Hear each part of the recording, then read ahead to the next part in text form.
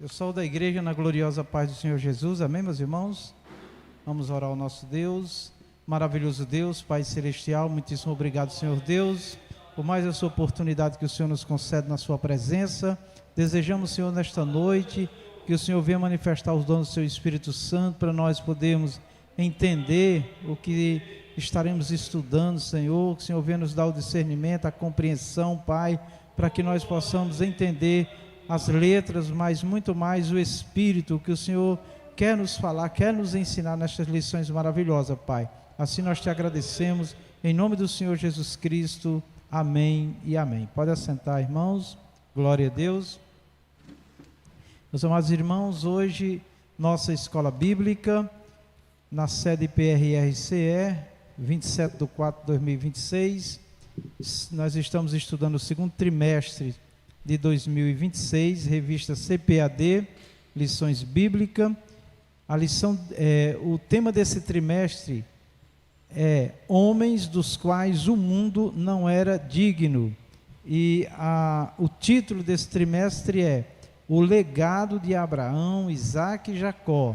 A lição de hoje é a lição de número 4. O tema da lição é Confirmação de uma promessa. Pastor Vicente Félix, Igreja Pentecostal, Renovação dos Remidos. Amém. Textuário, vamos ler todos juntos.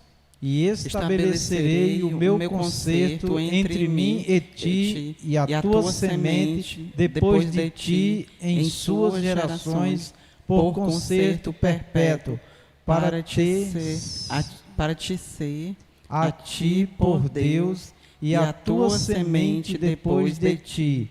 Gênesis 17:7. Os objetivos da lição de hoje. No primeiro tópico, irmão, nós vamos estar estudando, mostrar que Deus mudou o nome de Abraão e Sarai. No tópico 3, nós vamos ver a apresentação, a confirmação do concerto. No tópico 2, apresentação, de novo, no tópico 2, apresentar a confirmação do concerto de Deus com Abraão, né? Então, no tópico 2, nós vamos estudar mais especificamente sobre a promessa, né? E o concerto. 3, explicar o pacto perpétuo da circuncisão. Pode passar. Leitura bíblica em classe, Gênesis 17, de 1 a 9. Gênesis 17, versículo 1. Sendo, pois, Abraão da idade de 99 anos, apareceu o Senhor a Abraão e disse-lhe: Eu sou o Deus Todo-Poderoso, anda na minha presença e ser perfeito. E porei o meu concerto entre mim e te multiplicarei grandissimamente. Então caiu Abraão sobre o seu rosto e falou Deus com ele, dizendo: Quanto a mim, eis o meu concerto contigo, e serás o pai de uma multidão de nações. E não se chamará mais o teu nome Abrão, mas Abraão será o teu nome, porque por pai da multidão de nações te tenho posto. E te farei frutificar grandissimamente, e de ti farei nações, e reis sairão de ti. E estabelecerei o meu concerto entre mim e ti, e a tua semente depois de ti em suas gerações, por concerto perpétuo, para te ser a ti por Deus e a tua semente depois de ti. E te darei a ti e a tua semente depois de ti a terra de tuas peregrinações, toda a terra de Canaã, em perpétua possessão, e ser-lhe-eis o seu Deus. Disse mais Deus a Abraão: Tu, porém, guardarás o meu concerto, tu e a tua semente depois de ti, nas suas gerações. Vamos à introdução. Deus prometeu que Abraão seria pai da multidão de nações, mas ele já estava com 99 anos, e sua esposa estéril estava com 89 anos. Porém, o Eterno mais uma vez trouxe a esperança ao coração de Abrão, afirmando: e estabelecerei o meu concerto entre mim e ti, e a tua semente depois de ti em suas gerações. Gênesis 17, 7. Amém. Então aqui está de forma bem clara a promessa que o Senhor Deus faz, né, a Abraão e a sua esposa.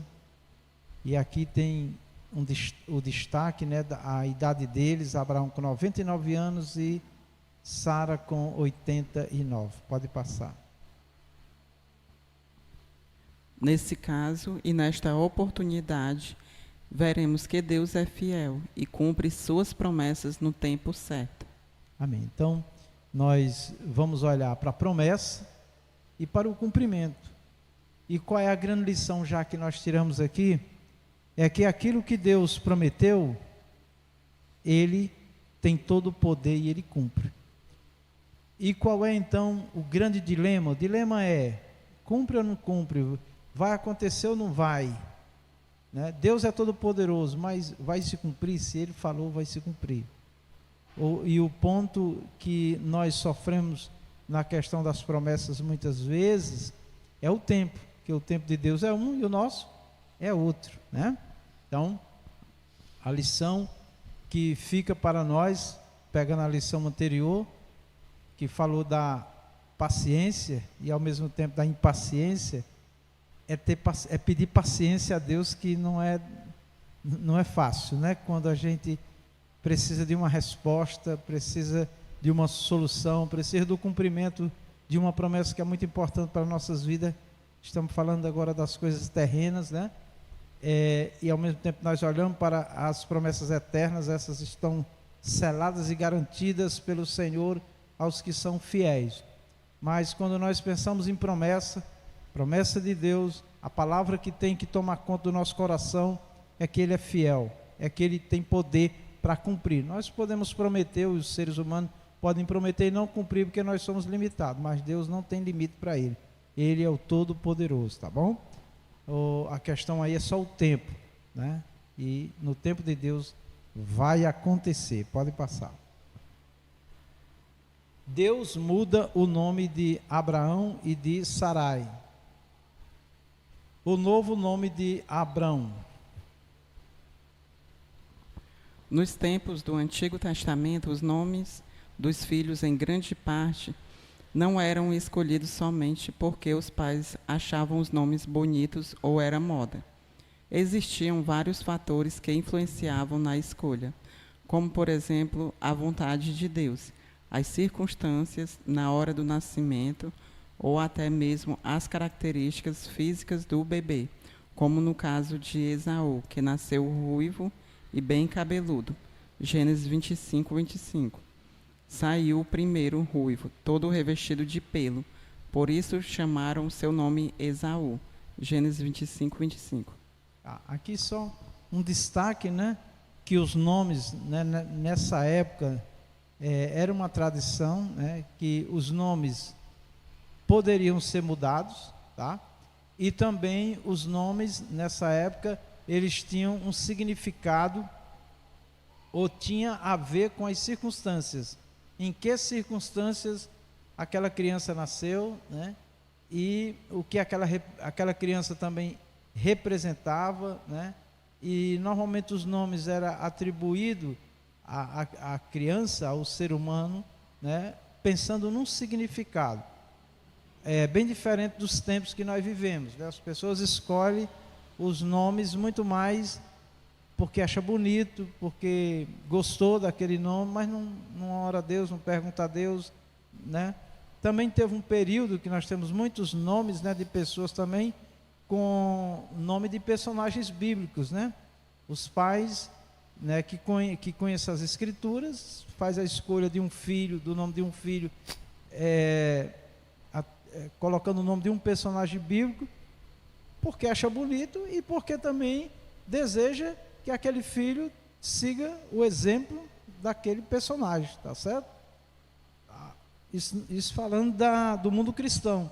Fora do mundo cristão, as pessoas também escolhem nome, atribuem aos seus filhos nome, dá aos seus filhos nome de pessoas também com muita representação na sociedade, né? Às vezes é um cantor, é um jogador de bola, de futebol, é um personagem, é um ator. Então, os nomes, eles são escolhidos em várias circunstâncias e por vários motivos, né?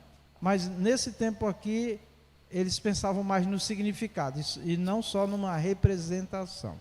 Pode passar. No caso de Abrão, seu nome original significava Pai exaltado, porém, diante do plano de Deus em sua vida, esse nome não parecia adequado, e o Senhor lhe mudou o nome para Abraão, confirmando que seria pai de multidão. Gênesis 17, 4.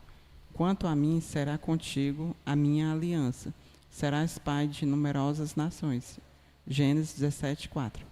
Amém. Então, o primeiro nome, Abrão, né, significava pai exaltado, e o segundo nome, Abraão, né, que foi então mudado, esse nome de Abraão significa pai de multidão, né?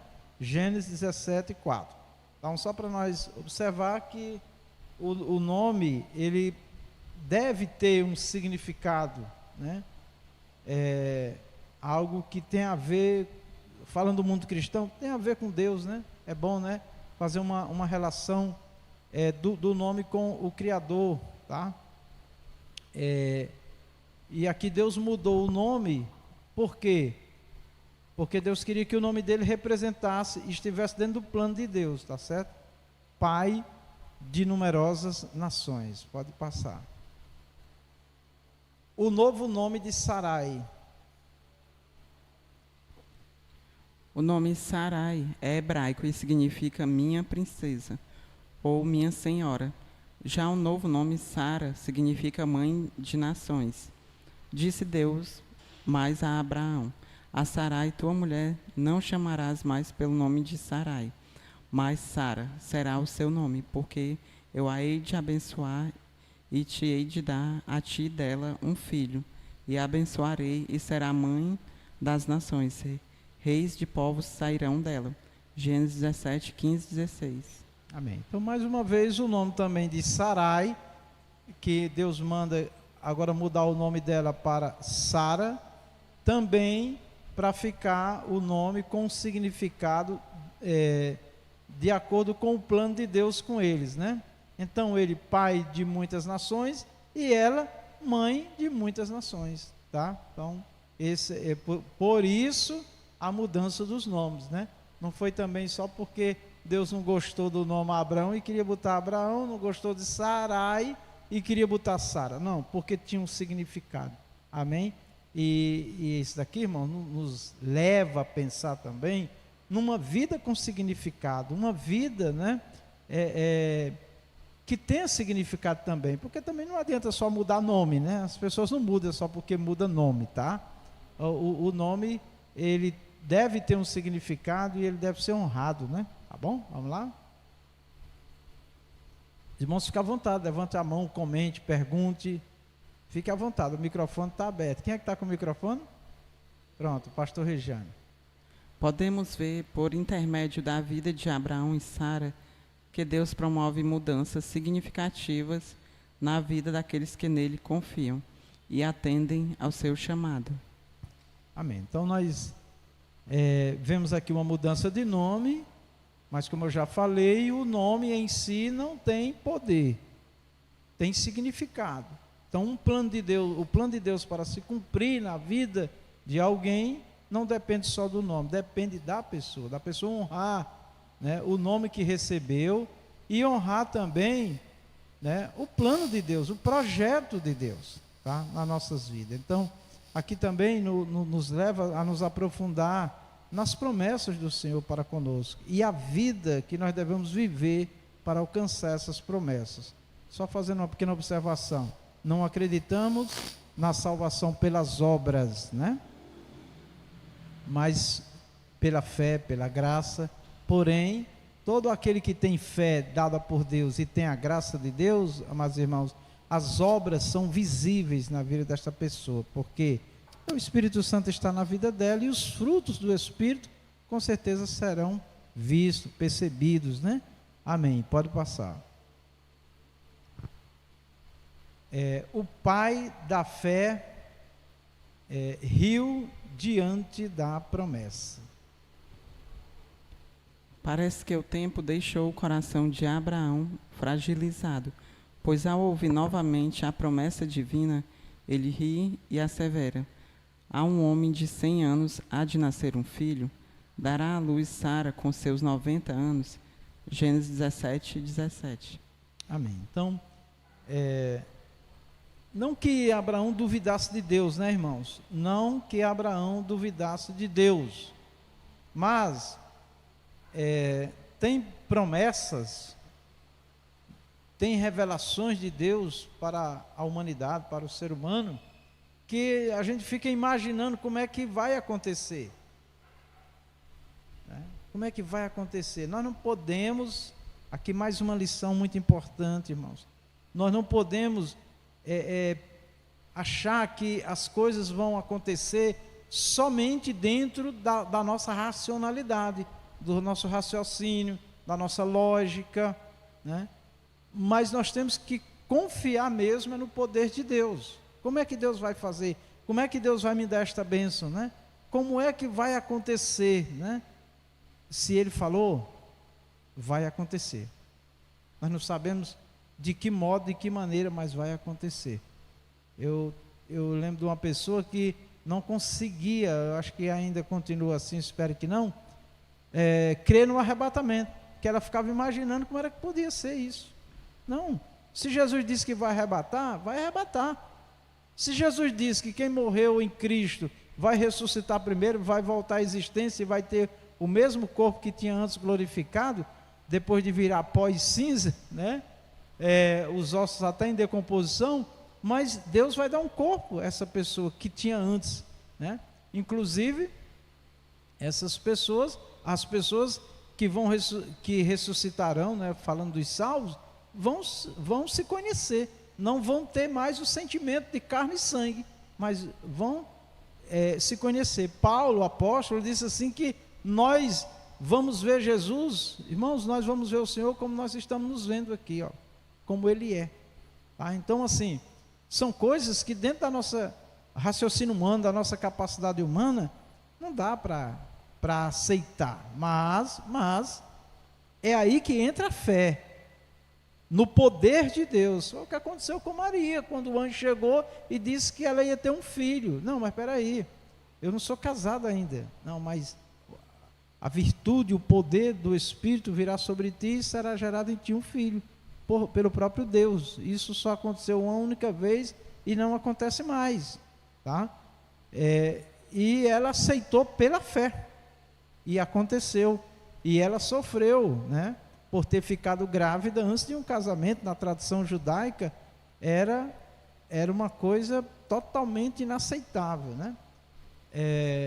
Mas ela aguentou, né, toda a repreensão, toda a discriminação, toda a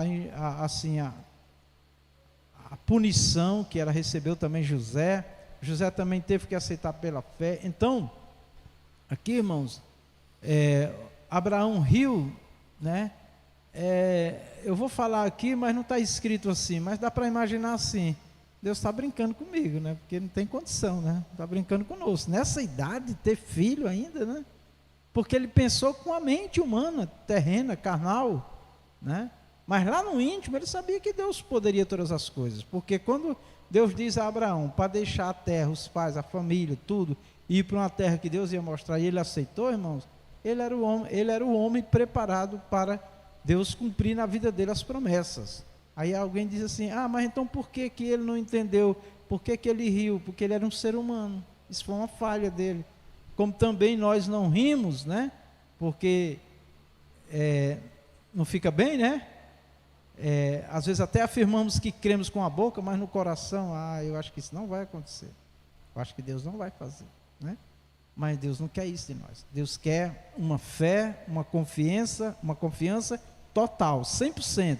Como é que vai ser? Não cabe a nós como é que Deus vai fazer. Vai acontecer. Se Ele falou, vai acontecer. E o que nos resta? Confiar e esperar. Amém? Vamos avante. O microfone para o irmão Francisco de Assis. Sobre essa passagem de rir, né? O senhor já explicou. Mas aí ela não duvidou assim, ela não perdeu a fé, né? Depois ela teve aquela fé, né, que Deus poderia fazer, né? Por isso que eu acho que Deus não desagradou. Ele não se desagradou, né, dela ter rir, porque ela viu a situação dela, né? Mas sim, aí ela não perdeu a fé. Por isso que eu acredito que Deus cumpriu a promessa, né? Porque tem outras passagens bíblicas que quem duvidou não conseguiu, né? Tem passagem bíblica aqui na outra lição que é: quem duvidou não conseguiu o que Deus ia fazer, né? O exemplo que nós temos do próprio povo, né, hebreu, o povo judeu, quando saiu do Egito, que murmuraram, pereceram no deserto, com exceção de Caleb e Josué, porque ali era uma incredulidade que Deus estava vendo no coração, e uma incredulidade com revolta, né, com agravos a Deus, né. No caso dela aqui, ela pensou humanamente que era impossível, né, mesmo sabendo que Deus poderia fazer. Tá? Mas o que foi que Deus viu nela? Fé, como o irmão Francisco está dizendo, com certeza, porém a fraqueza humana. Então Deus Deus vai ver muitas vezes em nós, vai nos ter não como incrédulos, não como rebeldes, como murmuradores, mas uma fraqueza. Que às vezes a pessoa, eu acho que Deus não vai fazer, mas lá no íntimo Deus está vendo que ela, Senhor, mas tu pode todas as coisas, né? Tem uma ressalva, né? É guardado no coração ali, mesmo sabendo que, gerando uma dúvida, não em relação a Deus, mas será que vai acontecer? Por exemplo, nós temos o caso também de Gideão, né? Que Gideão, quando o Senhor se revelou a ele disse, mas é o Senhor mesmo? Né? Porque tudo isso de mal nos acontece. Aí Deus diz, porque o meu povo fez o que era mal diante dos meus olhos. Mas, inclusive, Gideão pede prova a Deus, se é ele mesmo. Gideão não estava duvidando de Deus, Gideão só queria ter a certeza que era ele mesmo, porque se era ele que estava ali agora dizendo que ia livrar o seu povo, né?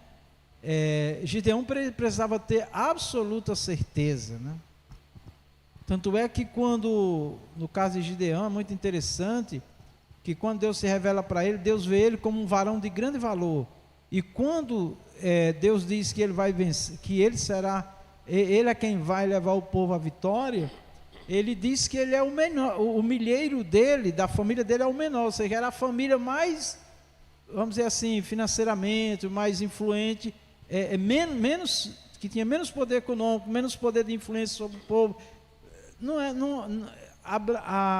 Gideão entendeu que não era a pessoa certa, mas Deus disse, é você, varão valoroso. Por quê? Porque quando Deus escolhe uma pessoa, ele não escolhe pela capacidade humana, mas ele escolhe por ver nessa pessoa a possibilidade do Senhor operar na vida dele. Tá? Tem muita gente muito sábio, muito entendido, parece que sabe de tudo, e as coisas não dão certo. Por quê? Porque ele acha que com a capacidade dele é que dá certo, e não é. As coisas dão certo quando Deus está presente. Tá? Quando o povo foi construir a Torre de Babel, por exemplo, a sabedoria ali estava nas alturas. Nós vamos construir uma torre para chegar no céu. Deus viu que a arrogância, soberba, confundiu aquelas pessoas. Então, sempre que o ser humano ele se acha, ou ele pensa que ele pode fazer, ele infelizmente perde a graça de Deus e a presença de Deus, tá certo? Então, Deus foi com Gideão juntou 32 mil homens, mas Deus disse para Gideão, é muita gente, E Deus reduz para 300. E Deus diz para esse povo saber que quem vence as guerras sou eu, o Senhor, que estou com eles. Então, irmãos, a chave, uma das chaves de nós alcançar as promessas de Deus, irmão, é nos esvaziar de nós mesmos, confiar e esperar no Senhor. Isso deve ser a nossa base, a nossa sustentação diante de qualquer adversidade. Diácono Júnior. A gente tem também, né, pastor, o exemplo de Moisés e Arão, né? Deus poderia ter escolhido Arão, que falava bem bonito, né? Mas escolheu Moisés, tato de língua. E quando Deus disse para Moisés, tu vai lá em Faraó libertar meu povo, ele disse, eu só vou se o Senhor for. Ele disse, vai lá, só vou se o Senhor for. Não era que ele duvidava que Deus não fosse com ele, não, né? Mas ele queria que Deus fosse, né? Eu vou enviar um anjo contigo. Não, se o Senhor for comigo, eu vou. Glória a Deus. É um exemplo grande, né? Então, na nossa caminhada, Moisés, claro, com a graça de Deus, disse, Senhor, nós só vamos se o Senhor for conosco. Se o Senhor não for comigo, eu não vou. Não quero saber de anjo, não. Anjo é bênção também de Deus. Os anjos, eu não estou falando mal dos anjos, não. Os anjos são, a Bíblia diz que os anjos de Deus estão a serviço daqueles que hão de herdar o reino de Deus. Mas quem dá a vitória é Deus ao seu povo. Por isso, olha, se Moisés preferiu a presença de Deus do que de anjos, e nós, né, irmãos?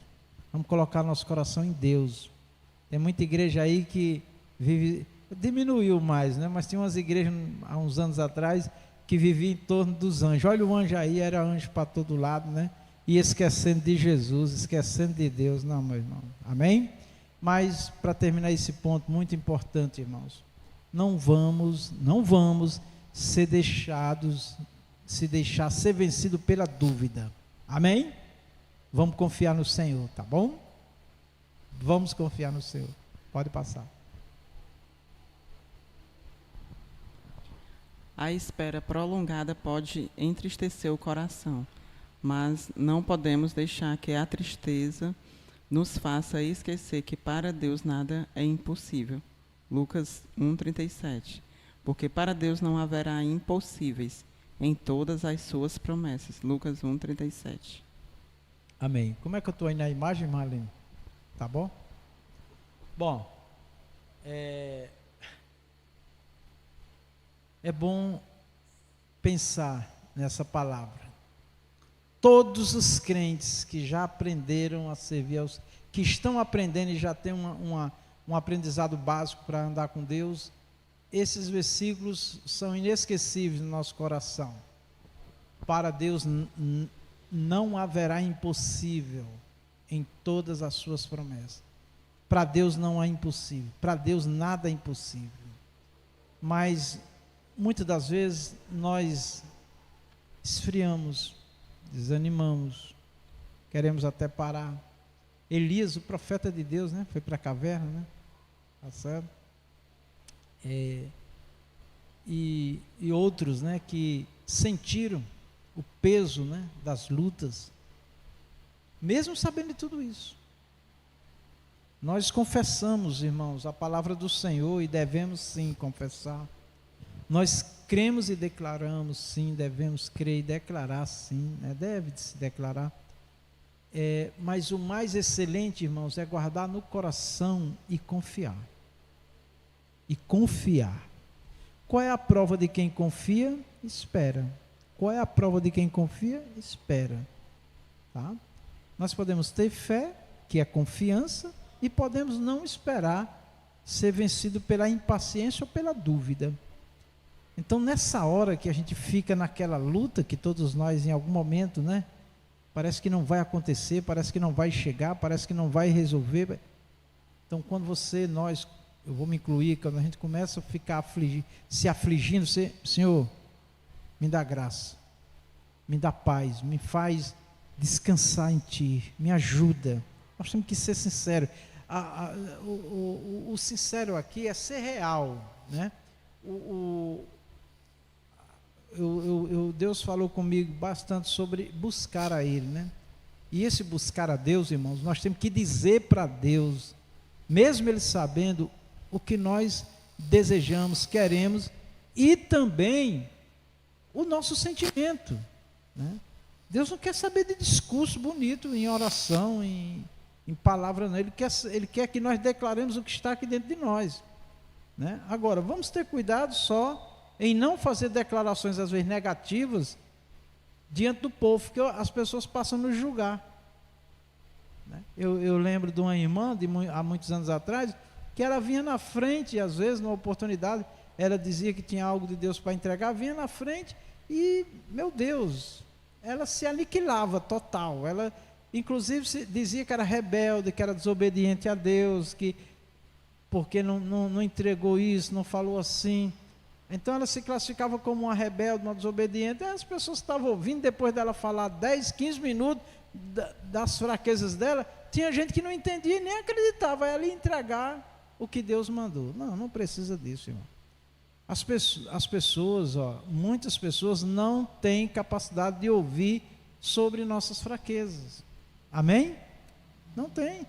Certa vez eu conversando com a minha esposa e outra pessoa que estava comigo, falando de uma situação que eu estava passando, e a pessoa olhou para mim assim com ar de admiração: mas o senhor é pastor. Eu digo: sim, mas eu sou um ser humano, e isso está me acabando, essa situação, mas eu creio que Deus vai me dar vitória. Então as pessoas não aceitam que nós falemos das nossas fraquezas, principalmente quando a pessoa tem um cargo, uma posição na igreja, um pastor, um presbítero, um evangelista, um homem, uma mulher que ora, que se consagra. Quando vê uma fraqueza, já anula tudo que aquela pessoa é e faz para Deus, né? Muita gente é assim. Então cuidado com o que você vai declarar. Tem coisa, irmão, na nossa vida que tem que ser um particular com Deus, amém? Porque Deus nos compreende, né? Eu pergunto aos irmãos, que eu pergunto para mim também, qual era o líder, o pastor, presidente do ministério ou de uma congregação que daria, na época de Jesus, uma oportunidade a Pedro, depois de Pedro negar Jesus 3 vezes.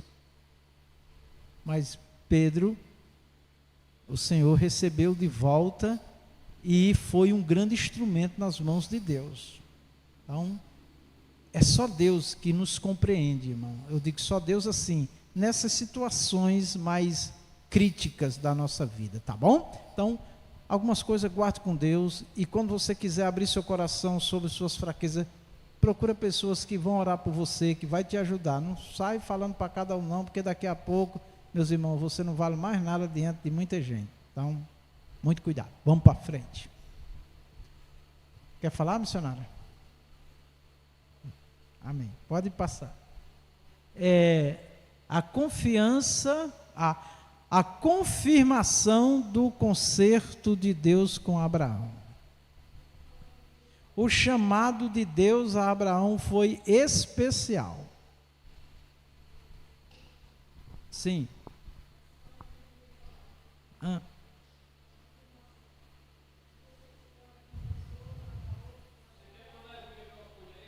Não, eu vou dar um para ela aqui. Espera aí, porque é bom que saia a voz dela.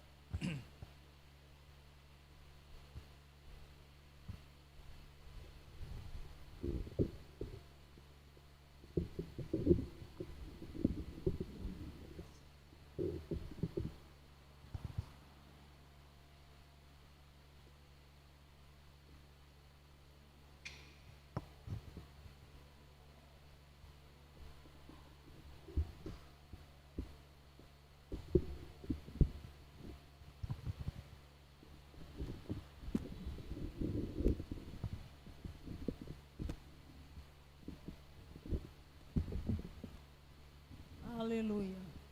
Amém, amados? Saúde da igreja com a paz do Senhor Jesus. Confirmação. Tem pessoas que, para saber se é Deus que está usando ela ou não, ela vai numa, duas, até 3 pessoas para saber se a pessoa está de acordo com aquela revelação, com aquela palavra que ela julga ter sido Deus. É perigoso, porque a revelação é uma coisa entre Deus e nós. Se é revelação, Deus quer que você saiba, e a pessoa que vai receber. Se leva para 3, 4 pessoas, já passa já não passa a ser uma revelação de Deus. Vocês concordam? Estão bastante cuidado, né, pastor? Sim. Certa vez alguém falou assim, eu tive um sonho, irmã Rita, e eu ouvi falar que a senhora interpreta sonho. Eu digo, não, posso até lhe orientar de outra maneira, mas revelar sonho, não. E ela insistiu e me contou o sonho. Eu falei, e o que é que Deus falou com você quando você acordou de manhã? Não, eu fui numa irmã tal e fui no outro pastor. Depois aí já está atrapalhado. Porque cada um vai ter sua interpretação e não a sua. Acordou do sonho, o que é que deve fazer, pastor? Amém. Quando a pessoa tem um sonho, a primeira coisa, assim que ela acorda, é já orar a Deus e perguntar para Deus o que é que Deus quer falar, né? Deus poderá falar com essa pessoa, a própria pessoa que sonhou, mas ela às vezes quer uma confirmação, né? Então ela vai e conta para outra pessoa. Agora, para quem contar? Para quem ora, para quem teme a Deus, para quem está ali ligado com Deus, uma pessoa que tem mais intimidade com Deus, né? Você conta e nem sempre a resposta vai vir na hora, essa pessoa vai orar também e Deus pode falar com você, tá certo? Mas assim, eu percebo que às vezes as pessoas têm um sonho e esse sonho gera muita superstição, muito medo. Então vamos entender uma coisa, o sonho, já que foi colocado o sonho aqui, ele pode ser uma revelação de Deus ou não. Inclusive a Bíblia diz que quando alguém tem um sonho, ela tem que contar um sonho, ela não pode contar uma revelação de Deus. Por quê? Porque todas as pessoas sonham, tá? E Deus pode falar ou não através do sonho. Então a Bíblia diz assim, quem teve um sonho, conte um sonho, porque tem gente que acha que tudo que sonha é Deus revelando, é Deus mostrando, e nem sempre, tá? Por isso que tem que ter essa cautela quanto aos sonhos. Os sonhos nem sempre é uma revelação de Deus, tá? Nem sempre. Então, só ter esse cuidado. Também não desconsiderar o sonho. Deus pode estar falando também através do sonho, tá? Agora, evite ficar contando para várias pessoas, querendo fazer do sonho, assim, algo, espiritualizar uma coisa que às vezes Deus nem está falando, tá bom? Por isso que é importante que a pessoa que tem sonho, ela ore a Deus, ela primeiro fale com Deus, né? Mas tem pessoas que têm um sonho, já pega o celular, já liga para alguém, já começa a fazer um movimento. Não, primeiro se reserva para Deus, assim, procura saber de Deus. Quem vai falar? Francisco de Assis? Pode falar, irmão Francisco. Pastor, sempre como o senhor está falando do sonho, a gente contar como sonho, e se for um sonho de uma revelação, eu creio que está escrito também na palavra de Deus para ser uma revelação. Tem que ter algo dentro da palavra de Deus. No meu entendimento, sabe? Aquele sonho que ela sonhou, tem que ter algo de dentro da palavra de Deus para ser um sonho como se fosse uma revelação, né? Mas sonho contar como sonho.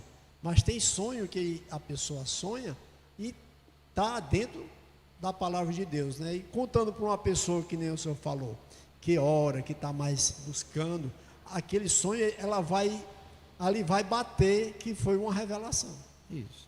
Porque, por exemplo, a pessoa tem um sonho, por exemplo, um carro virando, tombando. Então ele já começa, esse sonho está falando sobre um acidente. Esse acidente vai acontecer? Poderá acontecer, mas Deus pode ter falado com a pessoa para ela ter mais cuidado. Se tinha uma viagem para fazer, orar, para Deus livrar. Então, pode ser um sonho levando a pessoa a se prevenir com oração e tal. E pode ser para ela também, envolvendo outras pessoas, avisar alguém, olha, eu tive um sonho, ore a Deus, vamos orar a Deus, para Deus confirmar, né? Porque às vezes também a pessoa sabe que vai viajar e ela fica com medo e preocupada, e o cérebro começa a produzir, né, devido ao medo, um acidente que não vai acontecer, né? Então, assim, é a questão da superstição, tá? Nós não podemos ser insensíveis às revelações possíveis, através de um sonho ou de algumas situações, né? A pessoa, eu estou colocando um exemplo aqui de viagem, né? A pessoa vai viajar, aí era para sair tal hora, aí houve um imprevisto, não deu para sair, a pessoa, não vou não, acho que Deus não está autorizando essa viagem e tudo. Não, ele também pode estar livrando. Se eu atrasei 1 hora na viagem, é porque se eu tivesse 1 hora viajando, poderia acontecer um acidente, e isso já aconteceu comigo, tá? De eu ter um problema, na hora de estar saindo, quando chego para entrar no carro, o pneu baixou. Até trocar o pneu, até resolver aquilo dali, foi lá 1 hora, 40 minutos. Quando eu cheguei na BR, com 6 pistas, tinha mais de 40 carros batidos, uma tragédia, né? Se eu tivesse sido no tempo certo, eu estava no meio daquela tragédia. Então, pode ser um aviso para não ir, como também pode ser um aviso impedindo de que eu participe ou que eu sofra um acidente. Então é assim, tá? Ter cuidado com a superstição, isso é que é perigoso, porque tem gente, meu Deus, que tem medo de tudo, né? Se um galo cantar fora da hora, se acontecer qualquer coisa, assim, um miado de um gato preto, a coruja passar, né? Uma coruja, então fica tudo tem medo. Então não pode ser assim, né? O medo, ele é uma defesa, mas às vezes ele pode ser uma coisa puramente supersticiosa. Então a gente tem que equilibrar a vida, tá bom, irmãos? Tá? Mas isso aí, vamos lá. Podemos ver por toda a Bíblia Deus estabelecendo pactos. Você sabe o que significa um pacto? Segundo o dicionário bíblico, Baker é um acordo de compromisso que continha promessas e obrigações específicas. Amém. Então, Deus, biblicamente, faz pacto, né, que são alianças, né? E com compromissos, né, com votos, né, com promessas. Então, Deus é um Deus de pactos, e Deus se agrada, né, daqueles que fazem pacto, alianças, né, e que são cumpridores da sua palavra, né? Então, uma coisa que hoje é muito complicado, né? Você assina contratos e contratos, palavra e contrato, e as pessoas encontram um jeito de fraudar, de não cumprir, porque a infidelidade já está no coração, né? Eu trabalhei muito na área de crédito, né, pelo banco, e tinha lá 5 Cs do crédito, mas tem 2 que eu não esqueço. Um é caráter e o outro é capacidade de pagamento. Tem que ter os dois, porque a pessoa pode ter caráter e não ter capacidade de pagamento. Então, pessoa que tem caráter e não tem dinheiro não paga dívida, né? E a pessoa que tem dinheiro, tem capacidade e não tem caráter, ele não paga porque ele é mau caráter, ele é um caloteiro, né? Então, tinha que ter esses 2 Cs, né, para a gente liberar recursos, né? Então, assim também é as nossas relações, né? Nós temos que procurar ser cumpridores da nossa palavra, né? A Bíblia diz que ainda com dano, que é prejuízo, nós devemos honrar nossa palavra, certo? Porque Deus se agrada daqueles que são cumpridores da palavra, tá? Inclusive a Bíblia também fala do voto assim, que é melhor não votar do que votar e não cumprir com Deus, porque Deus se ira, né? Deus não... muitas vezes o ser humano paga preço alto, né? Porque fala muita coisa já sabendo que não vai fazer, só para enganar. Então vamos ter cuidado com isso. Mas enfim, o tópico aqui podemos ver por toda a Bíblia Deus estabelecendo pactos. E o que é o pacto? O pacto é isso aqui, é um acordo de compromisso, tá? Que continha promessas e obrigações específicas. Esses contratos que a gente assina, né? Tá certo? Eu trabalhei muitos anos na área de crédito e eu vi cada coisa, eu digo, meu Deus, como é que o ser humano consegue ser tão enganoso desse jeito, né? E pior é quando as pessoas trazem essa infidelidade na relação com Deus. Uma coisa que causa ira em Deus é um engano. A Bíblia diz que os que usam de engano não permanecerão na congregação dos justos. Aí alguém pode dizer, mas o que tanta gente que tem mentindo e enganando dentro da igreja, pastor? Sim, mas essa congregação é a do céu, amém? Aqui vai subir, tá? Então vamos ter cuidado, né? Vamos ser bastante zelosos, nunca vamos falar uma coisa só para enganar o outro. Vamos falar aquilo que nós realmente desejamos cumprir. Agora, às vezes a gente também fala coisas que houve um imprevisto e a gente não pode cumprir.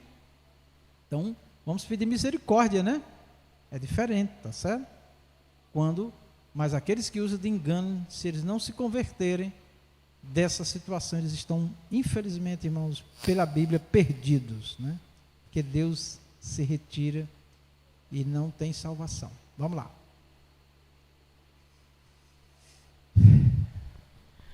A primeira vez que vamos encontrar a palavra pacto nas Sagradas Escrituras é em Gênesis 6:18, no Novo Testamento. A palavra pacto significa literalmente novo concerto. Contigo, porém, estabelecerei a minha aliança. Entrarás na arca tu e teus filhos e tua mulher, e as mulheres de teus filhos. Gênesis 6:18. No Antigo Testamento, Deus estabeleceu alguns acordos, mas é no Novo Testamento que uma nova promessa e um novo acordo são estabelecidos por intermédio de Jesus Cristo, Filho de Deus. Amém. Então, Deus, desde o início das Escrituras, com o seu povo, na história, Deus fez muitos pactos, né? E no Novo Testamento, que é uma nova promessa e um novo acordo, são estabelecidos por intermédio de Jesus Cristo, né? Filho de Deus. Quando Jesus disse, esse sangue, falando do sangue dele que seria derramado na cruz do Calvário, é o sangue, ele diz, da nova aliança, né? Então, a aliança com a humanidade para salvar, para a vida eterna, para relação com Deus, vida com Deus, é pelo sangue de Jesus Cristo, né? Que foi derramado na cruz do Calvário. Então, a nossa aliança agora é de sangue. A primeira aliança de Deus com o povo, irmãos, foi pela palavra, pela letra, pela lei. O povo não cumpriu, né, porque não conseguia mesmo cumprir a lei, tá? Então, por isso que nós somos bem objetivos em dizer que nós não acreditamos em salvação pela lei, nem pelas obras, mas a lei deve ser observada no que diz respeito às questões morais e vividas, porque é a vontade de Deus, né? E assim, guardar todo o conserto. O Senhor Jesus diz quem me ama guarda os meus mandamentos, né? Tá? Mas toda essa observação, nós seremos salvos pela graça e pela fé, não pelas obras. As obras fazem parte da vida de um salvo, tá bom? Vamos lá.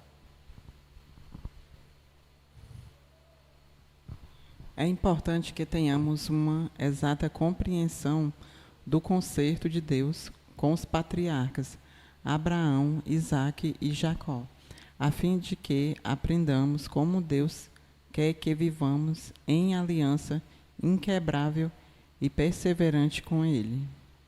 Amém. Então, nesse trimestre, um dos pontos também muito importante é compreender, né, o concerto de Deus com os patriarcas, Abraão, Isaque e Jacó. Essa relação de Deus com esses homens, desses homens com Deus, as promessas, né, as alianças, os pactos de Deus para com ele, deles para com Deus. Então isso é muito importante porque isso continua, irmãos. Essa relação de compromisso com Deus continua, tá? Continua. Então não tem como uma pessoa dizer que serve a Deus e desconsiderar a palavra do Senhor, aquilo que o Senhor estabelece para o seu povo. Então, a graça que não nos leva a observar e a nos comprometer com a palavra do Senhor não é a verdadeira graça. Amém? A fé que salva também, a fé, tem a fé que salva, né? Se ela não nos levar a Deus, a palavra, a observar tudo que Deus nos pede e buscar em Deus graça, poder para viver, se humilhar quando nós falharmos e jamais aceitar uma vida descomprometida com a palavra do Senhor em nome da graça. Não, isso não funciona, tá? Diácono Júnior, leva o microfone ali para o irmão evangelista Alfredo, para ele fazer o comentário dele. Amém, meus queridos? Então, durante essas lições nós vamos estar observando esse concerto de Deus com estes homens, né? Teve muito mais conserto, teve muita mais relações de homens, personagens bíblicos. Pode falar, evangelista Alfredo. Eu saúdo os irmãos com a paz do Senhor Jesus. Pastor, falando sobre pacto, aliança, eu estava aqui, eu queria só compartilhar essa alegria desse pacto, dessa aliança que Deus, que me veio a lembrança, que Deus fez com Noé, né? Quando ele prometeu de não destruir mais a terra com água, e ele lança um arco-íris, né? O sinal, e toda vida que eu vejo aquele arco-íris no céu, para todo mundo ver, Deus dizendo para o povo, para o mundo, para o povo, para as pessoas, eu sou fiel com minha palavra, com o meu pacto, né? Todo que eu olho aquele arco-íris, pastor, eu me lembro dessa passagem, sabe? É Deus lembrando a humanidade da sua fidelidade com o homem, né, irmão? Com certeza. É só isso que eu queria comentar, pastor. Obrigado. Amém. Tá bom. Então, Deus sempre, ele deixa um sinal, né, de sua aliança, tá? Nós temos, e Deus quer ser lembrado, né, dessas alianças. Por exemplo, a Santa Ceia do Senhor, Jesus diz, façam isso em memória de mim. Vocês não podem esquecer desse sacrifício, tá? Então, é isso. Vamos lá. Qual o objetivo do concerto com os patriarcas? O propósito único e supremo era trazer salvação não apenas a uma nação, Israel, mas a toda a raça humana. Pronto, então, quando Deus promete, lá na queda do homem já, que da semente da mulher ele venceria Satanás, e a partir dali Deus desenvolve um plano, escolhe Abraão, irmãos, para ser o pai, né, das nações, para formar uma nação, um povo, a partir de Abraão, né? O objetivo de Deus de criar um povo, uma nação, que no caso são os judeus, né, o povo hebreu, os judeus. Qual era o grande objetivo de Deus em tudo isso? Salvar a humanidade, né? E o grande desejo de Deus, irmãos, era que Israel fosse a nação missionária no mundo, anunciando esse Jesus que veio, que morreu na cruz para salvar a humanidade. Tem judeus pregando o evangelho no mundo de Jesus Cristo, tem judeus, mas muito pouco. Deus queria era toda a nação, tá? Porque essa nação, o objetivo de Deus de separar essa nação, não era que Deus estava dizendo que era só dos judeus, Deus era de todos os povos, mas a separação da nação era para que elas tivessem a nação tivesse uma experiência profunda em Deus, como teve inclusive, né? E pudesse levar Deus com mais profundidade, com mais experiência, né?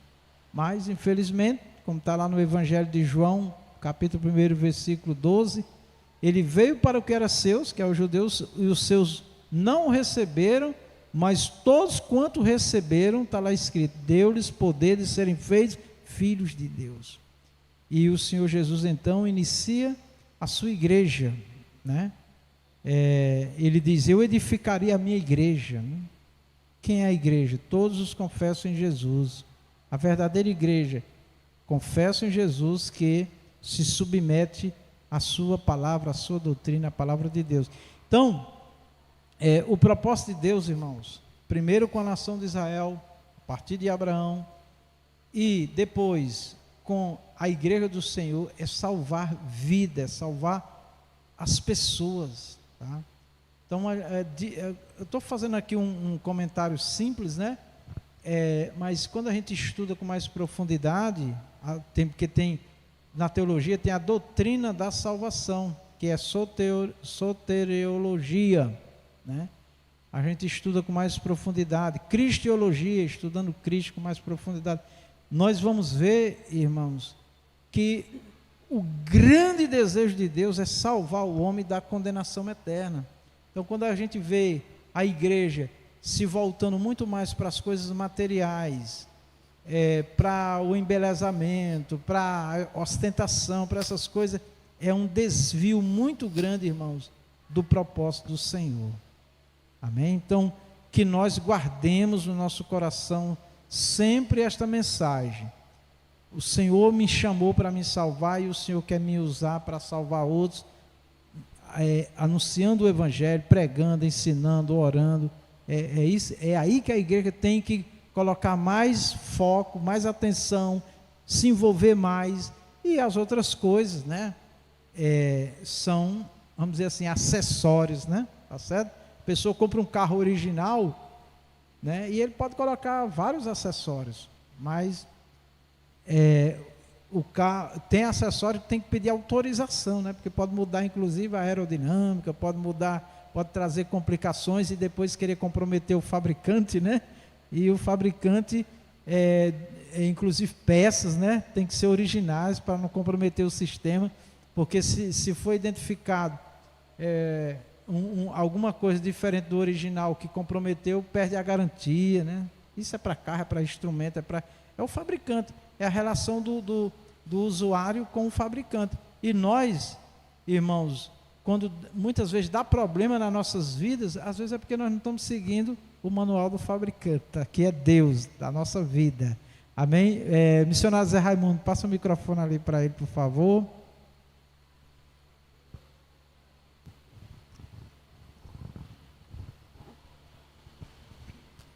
Saúde da amada igreja, na paz do Senhor Jesus. Amém. É porque aqui a gente está vendo que Abraão, como a gente sempre conhecia antes, tinha sido chamado por Deus para multiplicar a nação. Mas aqui na lição nós estamos vendo que ele veio também para ajudar a trazer a salvação, né? Porque Deus, aqui está falando que Deus, quando criou o povo de Israel, não foi privilegiando uma nação. Ele trouxe para que eles fossem luz, para que eles fossem um exemplo, mas a salvação é para todo mundo na face da terra, né? Exatamente. Então o missionário Zé Raimundo está colocando um ponto aí, assim, Deus chamou Abraão. Quando Deus chamou Abraão, não existia nação de Israel. A nação passa a existir a partir de Abraão, né? Então a partir de Abraão vem Isaac, vem Jacó e forma o povo judeu, né? E qual foi o plano de Deus? Através de Abraão, a linhagem dele, né, chega em Davi, continua, até chegar em Jesus. Quando Deus escolhe Maria e José, são judeus, e deles nasce Jesus. Então, voltando de Jesus, a gente chega em Abraão. Então, de Abraão até Jesus, era o plano de Deus formar um povo e daquele povo tirar o Salvador. Quando Jesus fala com a mulher samaritana, né, sendo judeu, ele diz: a salvação vem dos judeus. Jesus era judeu. Então, percebam que guerras, todas as lutas de Israel, tudo, existia uma linha política, né? O governo político de Israel era uma nação, era um estado, mas deveria estar comprometida com o plano de Deus de salvar a humanidade, né? Então, o que acontece? Israel acabou achando que Deus chamou Abraão, formou eles, a nação, e Deus era só deles. Ainda tem judeu que pensa assim, e Deus não é só dele, Deus é Deus de todos os povos. Inclusive, quando Jesus vem, que vai falar com a mulher samaritana, ela diz assim: como é que tu, sendo judeu, fala comigo que sou samaritana?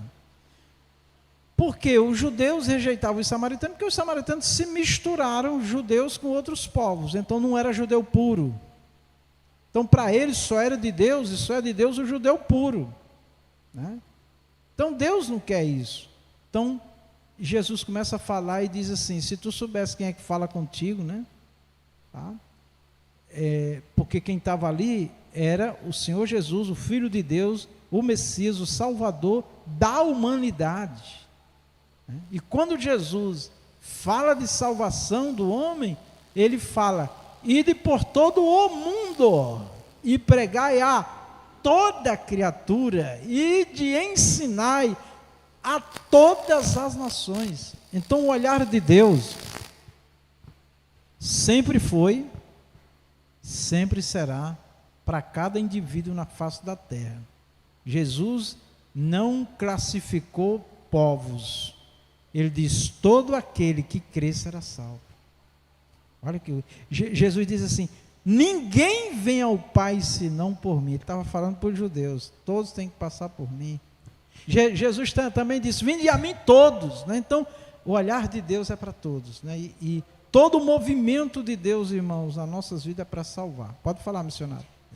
Porque muita gente hoje, inclusive nas igrejas, acha que houve uma exclusividade para ser salvo o povo de Israel, mas aqui na lição está dizendo que eles apenas foram escolhidos para que eles fossem luz, fosse um exemplo, que às vezes não são o exemplo que a gente esperava e que está sendo citado aqui. Amém. Então, eles foram chamados para ser exemplo, mas a palavra de Deus deixa bem claro que não teve privilégio, e sim é para todas as nações.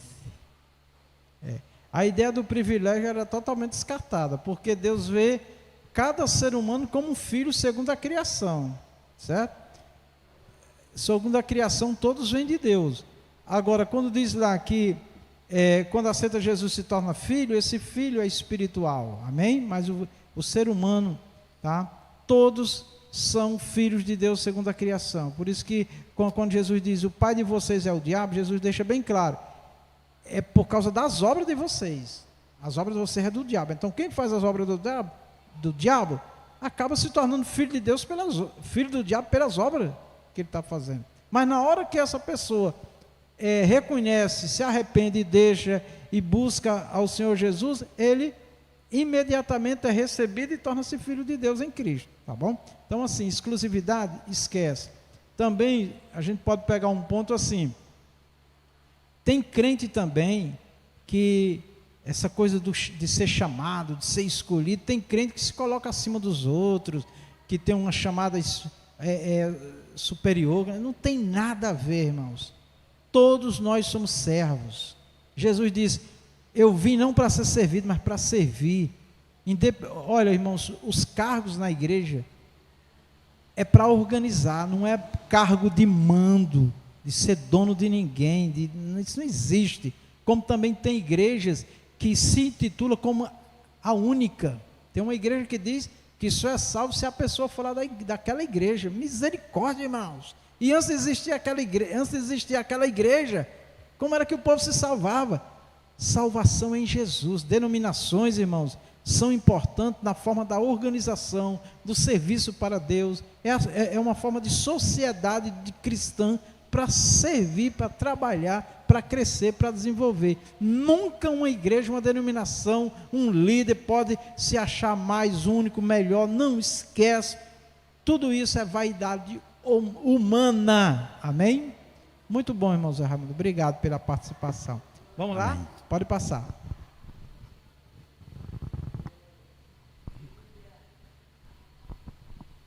Deus havia prometido que abençoaria todas as famílias da terra por intermédio de Abraão.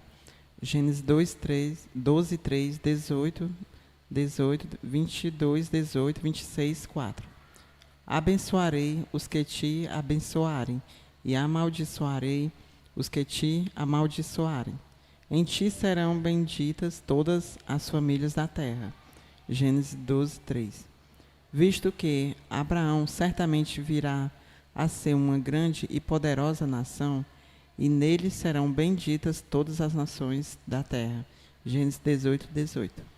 Pronto, nós vamos ver que quando diz aqui: abençoarei os que te abençoarem, amaldiçoarei os que te amaldiçoarem, essa primeira parte aqui, Até foi feito um comentário, não sei por quem foi, mas essa coisa de Deus amaldiçoar. O que é maldito? É aquele que faz o mal. Amém, irmãos? Independente a quem faz.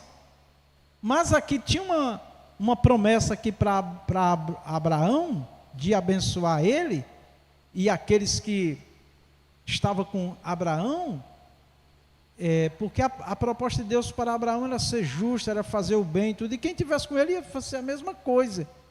E aqueles que fizessem o mal, para Deus estava amaldiçoado, é maldito, tá?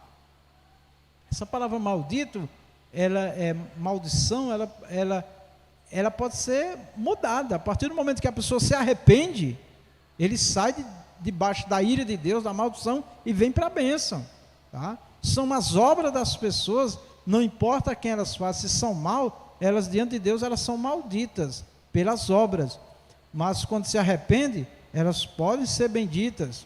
Por exemplo, o apóstolo Paulo foi um dos maiores perseguidores da igreja cristã. Muitos cristãos padeceram, sofreram, foram mortos com consentimento do apóstolo, no caso de Saulo, né? Que depois se torna o apóstolo, né? Mas ele, quando reconhece todo o erro que ele praticou, ele se classificou como o pior dos pecadores, né? Mas agora em Cristo, salvo, né? Havia até uma preocupação que Paulo estava no meio dos cristãos para poder reunir o maior número e matar o maior número de cristãos, e não era, ele tinha se convertido mesmo, e Deus foi com ele. Então, por isso que Jesus manda nós bendizer quem nos maldizem, abençoar quem nos odeia, amar nossos inimigos. Por que isso?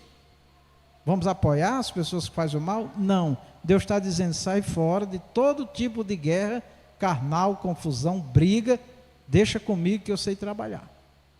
E Deus não quer nós também orando para ninguém padecer não, viu, irmãos? Pesa a mão, Senhor. Não, isso daí esquece, tá? Bota na cadeira de roda, bota no leito. Não, isso não é oração de crente. A oração, o Deus nos mandou abençoar, amém? Agora Deus conhece e sabe como trabalhar, tá bom? Nós não podemos deixar nenhum ar de, e muito menos, irmãos, quando alguém nos fizer o mal, depois ficar lançando em público, né? Olha aí, falou isso, fez aquilo, está aí, Deus não quer isso não, irmãos. A internet está cheia disso. Não compartilhe essas mensagens de vingança, de raiva, de ira, porque Deus não quer isso de nós, tá bom? Então vamos lá. Aí Deus diz, em ti serão benditas todas as famílias da terra. Quando Deus diz aqui, irmãos, nós vamos ver mais na frente, que quando Deus diz assim, em ti serão benditas todas as famílias da terra, não era exatamente na pessoa de Abraão, era em Jesus. Era que a partir de Abraão, da linhagem de Abraão, viria aquele que é o que abençoa toda a família da terra, que é Jesus Cristo. Amém, meus irmãos? Como nós também, olhando para Abraão e olhando para nós também podemos abençoar as famílias da terra, sim ou não? Quantas famílias não já foi abençoada através de mim e de você? Por quê? Porque nós levamos o evangelho, a oração, a palavra de Deus. E quem é que abençoa? Jesus.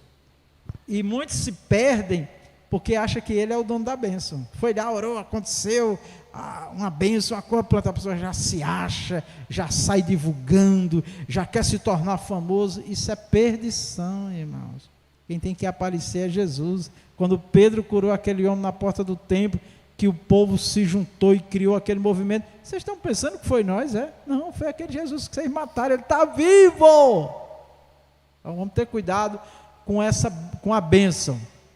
Deus vai abençoar através de nós, mas quem dá essa bênção é Jesus através de nós. Isso tem que ficar cravado no nosso coração, para não haver em nós nenhum orgulho, nenhum sentimento de superioridade, de nada, tá? Porque Deus não se agrada. Visto que Abraão certamente virá a ser uma grande e poderosa nação, e nele serão benditas todas as nações da terra.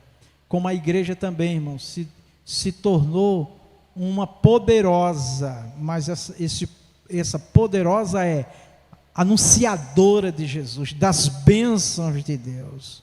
Aí algumas denominações se apropriam do nome de Jesus, dos dons, dos talentos que receberam para se promover, se perderam, se perde. Nós temos que ficar no exemplo de João Batista, que ele cresça e eu diminua. Se nós estivermos sempre assim, Jesus vai ser sempre conosco. Pode passar. O conserto de Deus foi dado ao povo de Israel para que eles pudessem ser a luz dos gentios. Deus nunca teve a intenção de privilegiar somente um povo. A graça de Deus era e é para todas as nações. Isaías 49, 6, 42, 6. Sim, diz ele, pouco é o seres meu servo, para restaurares as tribos de Jacó e tornares a trazer os remanescentes de Israel. Também te dei como luz para os gentios, para seres a minha salvação até a extremidade da terra. Isaías 49, 6. Amém. Aqui o missionário Zé Raimundo comentou agora na fala dele exatamente isso daqui, que ele já tinha lido a revista certamente, né?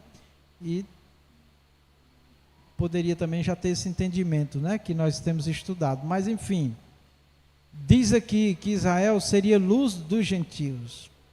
Mas que luz? Eles mesmos? Não, a luz de Deus que estava nele que refletia no mundo. Quem é a luz do mundo? É Jesus. Está escrito que Jesus é a luz que alumia todo homem que vem à terra. Jesus é a luz. Aí Jesus diz que nós resplandecemos essa luz. Tá? Nós somos luz. Por que a igreja é luz? Por que eu e você somos luz? Porque nós temos luz, amém? Você está com uma lanterna na mão e acende. Quem é que está com a luz? É quem acende a lanterna. Mas aquela luz é de quem acende? É da pilha ou da bateria que está nela. Faltou carga na pilha ou na bateria, não tem luz. Tem só uma lanterna velha sem nada. É igual uma lâmpada dessa que acende. Se der um problema na fiação, no soquete, no interruptor, né? Não tem luz. Talvez esse ventilador aqui estava parado, né? E pastor, o ventilador está parado, o ventilador quebrou. Eu vou chamar o técnico. O técnico veio, primeira coisa foi olhar lá no interruptor. Estava danificado, teve que botar outro interruptor, o ventilador funcionou. Então o problema era onde? Não era no ventilador, era no interruptor, né? Então é importante que a gente entenda a nossa função como luz, como sal, como instrumento de Deus, sabendo que tudo, Ele é a fonte de tudo, amém? Quando a gente entende isso, irmãos, aí nós vamos dizer com entendimento, toda honra, toda glória a Jesus. Vamos lá? É maravilhoso isso daqui, irmãos, para a gente crescer com saúde. Vamos lá. Vemos que esse concerto foi executado com êxito por meio de Jesus Cristo e seus discípulos, que depois da sua ressurreição e ascensão ao céu, transmitiram o Evangelho por todo o mundo. Lucas 2:32, Atos 13, 46, 47, Gálatas 3, do 8 ao 14. Mas Paulo e Barnabé, usando de ousadia, disseram: era mister que a vós se vos pregasse primeiro a palavra de Deus, mas visto que a rejeitais e não vos julgais dignos da vida eterna, eis que nos voltamos para os gentios, porque o Senhor assim nos mandou. Eu te pus para a luz dos gentios, a fim de que sejas para a salvação até os confins da terra. Atos 13, 46, 47. Amém. Nós já explicamos, né? Mas só fazendo mais uma observação aqui, Paulo e Barnabé, era assim que eles se viam. Eles sempre procuraram primeiro os judeus e depois os gentios. A prioridade de conhecer e de operar a salvação é dos judeus, salvação de Deus. Mas, por eles não entender o plano de Deus através de Jesus, aquele Jesus que veio né, que morreu, foi crucificado e morreu e ressuscitou, e nós o temos como Senhor e Salvador, com muitas testemunhas oculares, né? O que é que acontece? Paulo e Barnabé, cada um de nós, a igreja, se torna o quê? Luz para os gentios. Quem é os gentios? O que é que significa gentios? Diga comigo, todo aquele que não é judeu. Então, hoje tem 3 povos, né, diante de Deus. Tem o judeu, tem a igreja e tem aquele que nem é judeu nem é igreja, porque não é confesso em Jesus. Amém? Pode passar. O conserto e as promessas. O conserto e as promessas. O pacto de Deus com Abraão viria acompanhado de várias promessas. Observe, Deus seria o escudo e o galardão de Abraão, Gênesis 15:1. Lhe daria muitos descendentes, Gênesis 15:5. E a terra de Canaã como herança, Gênesis 15:7. Depois destes acontecimentos, veio a palavra do Senhor a Abraão numa visão e disse: Não temas, Abraão, eu sou o teu escudo e teu galardão será sobre modo grande. Gênesis 15:1. Então conduziu até fora e disse: Olha para os céus e conta as estrelas, se é que o podes. E lhes disse: Será assim a tua posteridade. Gênesis 15:5. Disse-lhe mais: Eu sou o Senhor que te tirei de Ur dos caldeus para dar-te a ti esta terra para a herdares. Gênesis 15:7. Amém. Então, só mostrando a promessa que Deus fez, né? O pacto com a aliança e o pacto com Abraão, e dentro desse pacto as promessas do Senhor. Então o Senhor Jesus nos chamou e nós temos com o Senhor Jesus uma aliança, né? Um pacto, e dentro desse pacto tem promessas e tem também obrigações, deveres de cada um de nós nessa caminhada. Vamos avante.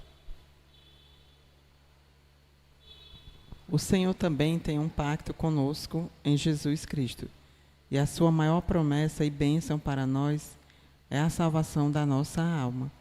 A vida eterna em Cristo é o maior bem que uma pessoa pode receber. No entanto, para recebê-la, é preciso perseverar em Cristo até a morte. Amém. Pode passar. Ser fiel até a morte e dar-te-ei a coroa da vida, disse Jesus, né? Pode passar. O pacto perpétuo da circuncisão. Todo macho será circuncidado. Na renovação do concerto de Deus com Abraão, ele incluiu o pacto da circuncisão.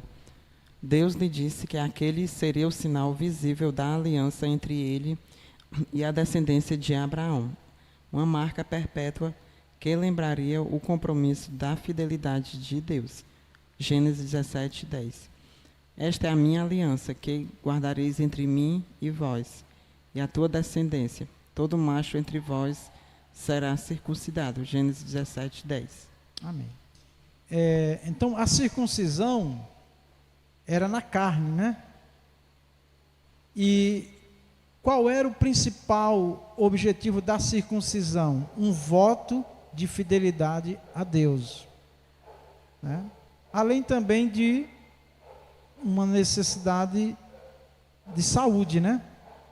Como tem seres humanos, crianças que nascem com a fimose, né? E tem que fazer o corte, né? Para não prejudicar na relação sexual, por exemplo, né? Mas aqui, independente de ser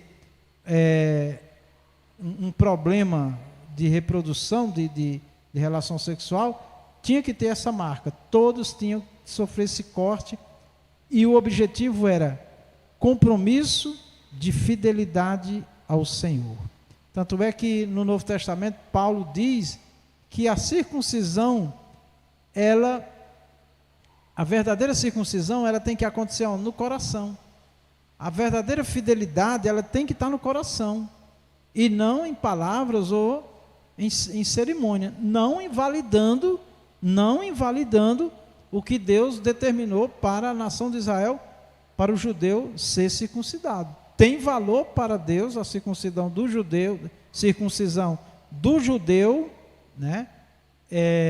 Porque é um pedido, é uma ordenança do Senhor. Para a igreja, para os gentios, igreja, não é necessário. Por quê? Porque agora a fidelidade que Deus cobra nossa, do ser humano, é do coração. Tá? Então, assim, o judeu circuncida por obediência ao mandamento do Senhor ao judeu. A igreja, os gentios, não circuncidam fisicamente, na carne, mas no coração. Então, quando nós ouvir a palavra circuncisão, vamos lembrar de fidelidade, tá? Deus lhe diz que aquele seria o sinal visível da aliança entre ele e a descendência de Abraão, uma marca perpétua que lembra o compromisso da fidelidade. Então, todo crente em Jesus, ele é salvo pela graça e pela fé, mas ele tem que saber que ele deve fidelidade à palavra do Senhor. Muitos declaram que é fiel a Deus, né, mas não quer obedecer a palavra, mas não quer se submeter à palavra, inclusive ignora. E o que mais me entristece é quando alguém recorta a Bíblia, dizendo que certas partes da Bíblia não é para a igreja, quando que é moral, é espiritual. Quando diz que é costume, não, se Deus está pedindo, irmãos, só nos resta obedecer. Amém? Faz parte do nosso pacto com Deus, da nossa aliança com Deus em Cristo Jesus. Pode passar. Quando deveria ser feita a circuncisão? O bebê do sexo masculino deveria ser circuncidado ao completar 8 dias de nascido. Gênesis 17, 12. O que tem 8 dias será circuncidado entre vós, todo macho nas vossas gerações, tanto o escravo nascido em casa, como o comprado a qualquer estrangeiro, que não for da tua estirpe. Gênesis 17, 12. A circuncisão é feita entre os judeus até os dias de hoje, sendo realizada por especialistas e com o uso de anestesias. Amém. Porque é uma cirurgia, né? É um corte, né? Na carne. Então, hoje é feito nesses termos, mas como o comentarista está colocando aqui, todo judeu, ainda hoje, é circuncidado, o macho, aos 8 dias de vida. Pode passar. A circuncisão do coração. Então, aqui é o que eu falei também. Em obediência à determinação de Deus, Abraão realizou esse ato em seu filho Ismael, quando este tinha 13 anos, e a todos os que estavam na sua casa. Amém. Pode passar. Ele próprio também foi circuncidado, quando já estava com 99 anos de idade. Gênesis 17, 23 a 27. Tomou, pois, Abraão a seu filho Ismael e a todos os escravos nascidos em sua casa, e a todos os comprados por seu dinheiro, todo macho dentre os de sua casa, e lhes circuncidou a carne do prepúcio de cada um. Naquele mesmo dia, como Deus lhe ordenara, tinha Abraão 99 anos de idade, quando foi circuncidado na carne do seu prepúcio. Ismael, seu filho, era de 13 anos, quando foi circuncidado na carne do seu prepúcio. Abraão e seu filho Ismael foram circuncidados no mesmo dia, e também foram circuncidados todos os homens de sua casa, tanto os escravos nascidos nela como os comprados por dinheiro ao estrangeiro. Gênesis 17, 23 a 27. Amém. É só vendo aí que é uma determinação do Senhor, né? Pode passar. Não podemos nos esquecer de que a circuncisão física era inútil para aqueles cujo coração permanece incircunciso. Jeremias 9, 25, 26, Romanos 2, 25. Eis que vem dias, diz o Senhor, em que castigarei a todos os circuncidados, juntamente com os incircuncisos, ao Egito e a Judá e a Edom, e aos filhos de Amon. e a Moabe, e a todos os que cortam os cabelos nas têmporas e habitam no deserto. Porque todas as nações são incircuncisas, e toda a casa de Israel é incircuncisa de coração. Jeremias 9, 25, 26. Amém. Então, o que é o incircunciso? Aqui na palavra era o que não era, não tinha feito o corte, né? A cirurgia, não era circuncidado na carne, né? Mas não era só isso. Tinha aquele que era circuncidado, mas era tido por incircunciso, porque não era fiel. Então não adianta cortar na carne, não adianta nós mostrar uma coisa que nós não somos, porque Deus está vendo realmente o nosso coração, amém, irmãos? Então, quando a lição que fica para nós de circuncisão é fidelidade, é ser fiel a Deus, tá bom? Então, e isso só é de verdade quando está no coração, tá bom? Então não adianta nenhuma exibição, nenhuma apresentação, nenhuma arte humana, nem nada na carne, se não estiver de verdade no nosso coração a fidelidade a Deus, a sua palavra. Pode passar. Mas como é realizada a circuncisão do coração? Ela é realizada quando a pessoa ama ao Senhor por completo e entrega-se a Ele também por completo. Deuteronômio 10, 16, 36, Jeremias 4, 4, Romanos 2, 29. Circuncidai, pois, o vosso coração e não mais endureçais a vossa cerviz. Deuteronômio 10, 16. O Senhor teu Deus circuncidará o teu coração e o coração de tua descendência, para amares o Senhor, teu Deus, de todo o coração e de toda a tua alma, para que vivas. Deuteronômio 30, verso 6. Amém. Então, o Senhor Deus está cobrando deles não só mais a cirurgia, o corte na carne, né? Mas no coração. E essa palavra vem para nós em que sentido? Que Deus está vendo o circunciso hoje no coração. Se o nosso coração estiver circuncidado, significa que nós estamos separados para Deus, que nós queremos atender ao Senhor, a sua vontade. Amém? Então, o significado de circuncisão para a igreja é esse: obediência, fidelidade à palavra do Senhor. Pode passar. Na nova aliança, somente a circuncisão do coração, mediante a graça e a fé em Jesus Cristo, é capaz de nos fazer levar uma vida de obediência e dedicação ao Senhor. Amém. Eu sou circuncidado no coração, tudo que Deus pede eu quero fazer. Amém? Você é circuncidado no coração? Tudo que o Senhor pede, toda a palavra do Senhor eu quero fazer, eu tenho prazer, porque eu sou circuncidado, eu sou realmente separado para o Senhor. Vamos lá. Conclusão, vamos ler todos juntos? Vimos nesta lição o pacto que Deus estabeleceu com Abraão e seus descendentes. Toda a humanidade será abençoada por intermédio de Abraão e do pacto perfeito de Cristo no Novo Testamento. A história de Abraão revela o amor e a misericórdia de Deus para com todos aqueles que têm fé.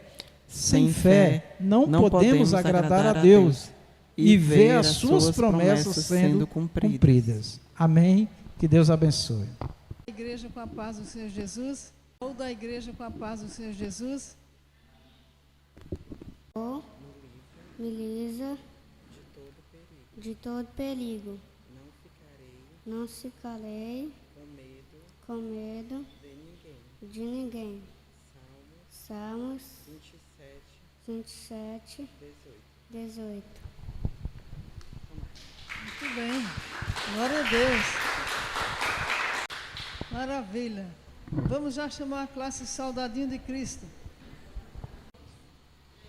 Felizes são aqueles que não se deixam levar pelos conselhos dos maus, que não segue os exemplos dos que não querem saber de Deus. Salmos 1:1. Classe Sal da Justiça.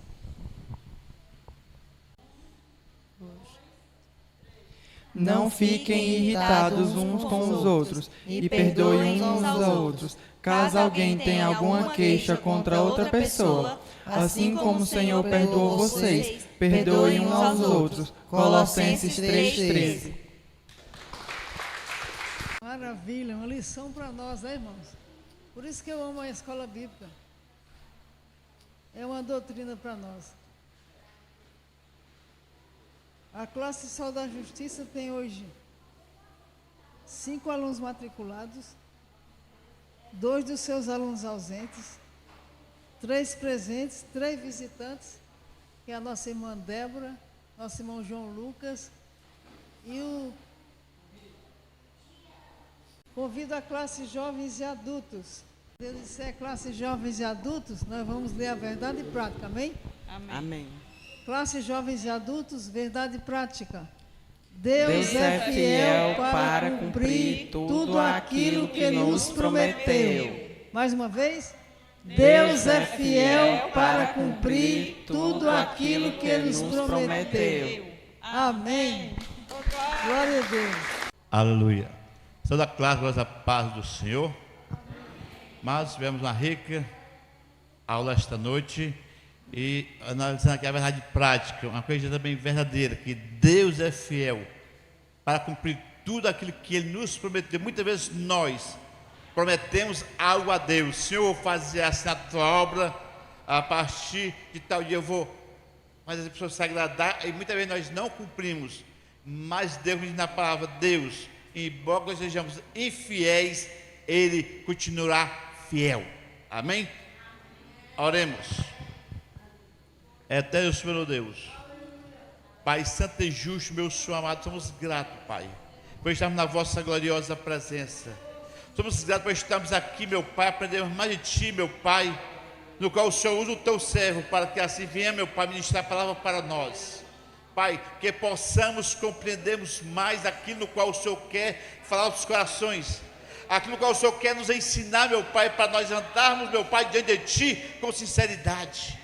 E assim, meu Deus, que a cada instante possamos aprendermos mais de Ti, Pai, porque quando aprendemos de Ti, Pai Santo, nós sabemos como andar na vossa gloriosa presença, nós sabemos como agir, meu Pai, diante das pessoas. E assim, meu Senhor amado, nós te agradecemos por tudo aquilo que o Senhor tem feito em nossas vidas, e sabemos que o Senhor fará mais ainda, no nome de Jesus. Curva a vossa cabeça, que o amor de Deus, a graça do nosso Senhor e Salvador Jesus Cristo, que a comunhão, a consolação do Espírito Santo seja com todos aqui presentes e os demais espalhados pela terra. Quem crê, diga amém, e a paz do Senhor Jesus.